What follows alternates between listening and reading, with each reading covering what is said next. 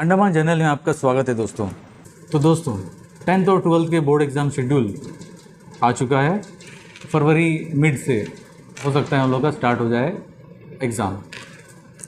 तो दोस्तों ये सिचुएशन में सभी लोग टेंशन में रहेंगे। अभी जैसे कि बच्चे तो ऑलरेडी एग्ज़ाम होने का है तो उनका टेंशन होगा, पेरेंट्स का भी टेंशन होगा और टीचर्स का भी टेंशन होगा। अपने अपने फील्ड्स में सभी टेंशन है। तो हम इस विषय को हम लोग 3 डायरेक्शन में सोच के देखेंगे कि ये टेंशन क्रिएट कैसे होता है और इसका क्या सोल्यूशन होता है। तो दोस्तों पहला देखते हैं पेरेंट्स। तो दोस्तों पेरेंट्स अपने बच्चों पर पूरी उम्मीद लगा के बैठे होंगे कि बच्चा कुछ मार्क्स लेके आ जाएगा, ज़्यादा पढ़ेगा, उनको पूरा ही बस फ्री करके उनको सिर्फ पढ़ने के लिए छोड़ देना। अपना उनको बस पढ़ाई दिन भर कहीं दिखे तो बस पढ़े पढ़ाई यही सब करते रहना। और जैसे ही एग्ज़ाम नज़दीक आता है उनको एक टारगेट्स दे देना, तुम इतना परसेंटेज लेके आना है, तुमको ये करना है, हर सब्जेक्ट में पड़ोसी से ज़्यादा मार्क्स लेके आना है, दोस्तों से ज़्यादा लेके आना है, क्लास में फ़र्स्ट आना है, स्कूल में फ़र्स्ट आना है, आइलैंड में टॉप करना है। वैसे टारगेट्स तो हर पेरेंट्स तो सोचते ही होंगे, एक्सपेक्ट करते होंगे अपने बच्चे से। और इस दौरान दोस्तों पेरेंट्स तो अपना काम करते ही हैं। जैसे सारे क्यों भी छोड़ दे, कुछ लोग स्कूल ड्रॉप करना, पिकअप करना, फिर ट्यूशन में छोड़ना, फिर ट्यूशन से लेके आना। उनको ये जैसे कि ये शेड्यूल आ गया तो उनको फुल सिर्फ फोर्स करना कि सिर्फ एग्ज़ाम है तो उनको पढ़ना है, सच पढ़ना है। ऑब्वियसली होगा भी, पढ़ना भी है। तो ये ऑब्वियसली हर पेरेंट तो सोचेगा ही। अभी बात करते हैं टीचर्स का। टीचर्स जो है उनका पूरा एकेडमिक में जितना पढ़ाया उनका वो रिज़ल्ट बच्चे के साथ साथ टीचर का भी आना ही है, क्योंकि जितना स्ट्रेंथ जितना बच्चों लोग को पढ़ाया है उनमें से कितने जन पास होंगे, कितने जन अच्छे मार्क्स लेके आएंगे, ये भी टीचर्स का एक रिस्पॉन्सिबिलिटी होता है। उनके ऊपर एक जिम्मेदारी होता है कि ये टारगेट अचीव करे, पास परसेंटेज को बढ़ाए, ये भी टीचर का जिम्मेदारी होता है। तो उनके ऊपर भी कहीं से प्रेशर होता ही है। वो लोग एक्सपेक्ट भी करते हैं ड्यूरिंग द ईयर। वो लोग सोचे होंगे कि ये बच्चा अच्छा मार्क्स लेके आएगा। उनको और भी कभी कभी तो टीचर्स के साइड से भी बच्चों को टारगेट्स मिल जाते हैं, तुम इतना मार्क्स लेके आना है, इतना परसेंटेज इतना लेके आना है, ये सब्जेक्ट में इतना, ये वो, तो वहाँ से भी।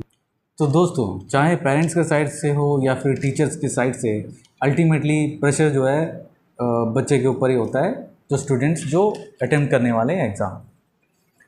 तो दोस्तों अभी बात करते हैं 10th का जो स्टूडेंट्स हैं उनके बारे में, उनका जो बोर्ड एग्ज़ाम के बारे में। इनका होता है 5 सब्जेक्ट्स और अभी 10th में है तो इनका जो अलग अलग सब्जेक्ट्स में जो इंटरेस्ट है, जो पास होना है वो इक्वली करना पड़ेगा। चाहे कोई सब्जेक्ट पसंद हो नहीं हो, जैसे भी हो। होता है कोई कि किसी को मैथ्स पसंद नहीं होता, किसी को मैथ्स पसंद होता है, किसी सोशल होता है, किसी को सोशल किसी को अच्छा भी लगता है, किसी को अच्छा नहीं लगता है, किसी को साइंस अच्छा लगता है, किसी को अच्छा नहीं लगता है। वैसे ही इंग्लिश, हिंदी, वैसे करके दोस्तों। तो 10th में क्या होता है कि ये सभी में मार्क्स लेके आना ही पड़ेगा ताकि परसेंटेज में कोई इफ़ेक्ट ना हो। अगर 4 सब्जेक्ट में अच्छा मार्क्स लेके भी आ गए, एक सब्जेक्ट में मार्क्स कम है तो परसेंटेज में इफेक्ट होगा। तो बैलेंसली लेके ही चलना पड़ेगा। 10th के बच्चों को ये एक डिसाइडिंग एग्ज़ाम होता है।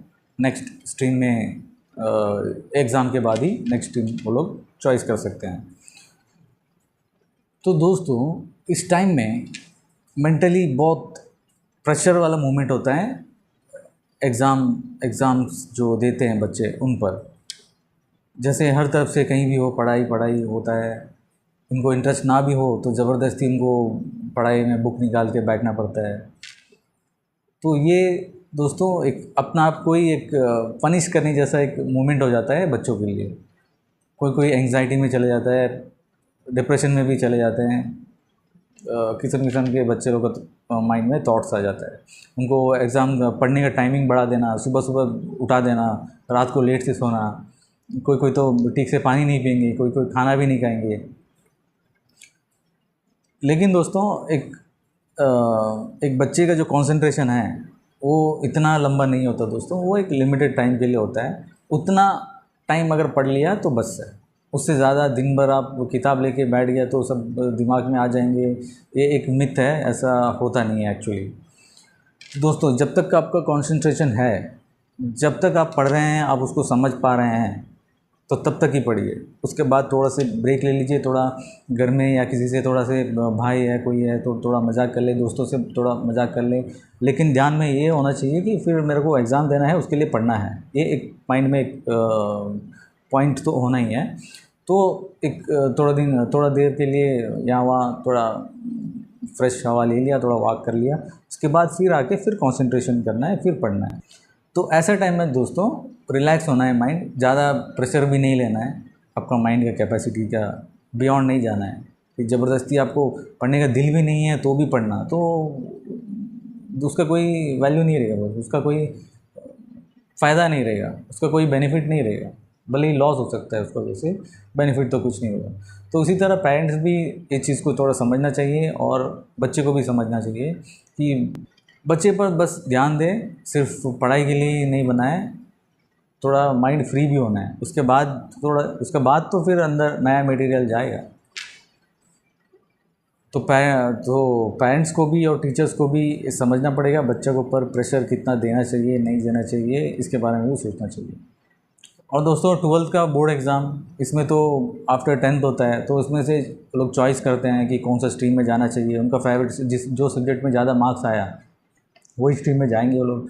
तो लगभग हम लोग समझ सकते हैं कि वो जो स्ट्रीम है वो उनका चॉइस है, उनका फेवरेट है।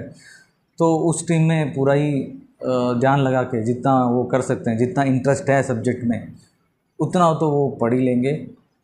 CBSE का सैम्पल पेपर्स, सॉल्व पेपर, ये सब पेपर्स बुक्स रिलीज़ होते हैं एग्ज़ाम से पहले कुछ दिन, तो वो सब भी अगर देख लें तो थोड़ा ऐड हो जाएगा। लेकिन बहुत ज़्यादा बर्डन नहीं लेना है। अभी ऑनलाइन का ज़माना में ऐसा कि फ़ोन में कुछ आ गया नया मटेरियल, 10th से जुड़ा या 12th से जुड़ा कुछ मटेरियल आ गया है, अरे फिर इसको पढ़ना है, इसको फिर सीखना पड़ेगा, ये सब चक्कर में नहीं जाना है दोस्तों। तो एग्ज़ाम जब जाएंगे आप एग्ज़ाम हॉल में, तो उसमें आप जब प्रिपरेशन के बाद में कोई प्रिपेयर्ड होता है, कोई ज़्यादा प्रिपेयर्ड होता है, कोई अनप्रिपेयर्ड होता है। जो ज़्यादा प्रिपेयर्ड होता है वो भी एक मीडियम स्पीड में ही जाना पड़ेगा, क्योंकि अगर आप पढ़ने से पहले ही आप जवाब लिखना शुरू कर दें तो हो सकता है आपका आंसर गलत हो जाए। लो कॉन्फिडेंस वाले हो सकता है कि वो जानते हुए भी उसका आंसर ना लिख पाए, एग्ज़ाम के बाद पता चलेगा कि अरे इसका जवाब तो जानता था लेकिन हम लिखा नहीं, वैसे भी हो जाता है। तो दोस्तों इसीलिए इस एग्ज़ाम्स के लिए माइंडफुली अपने आप को प्रिपेयर करें और इस बोर्ड एग्ज़ाम्स को एक टेंशन फ्री तरीके से अटेम्प्ट करें। तो wish you all the best. फिर मिलते हैं अगली वीडियो में।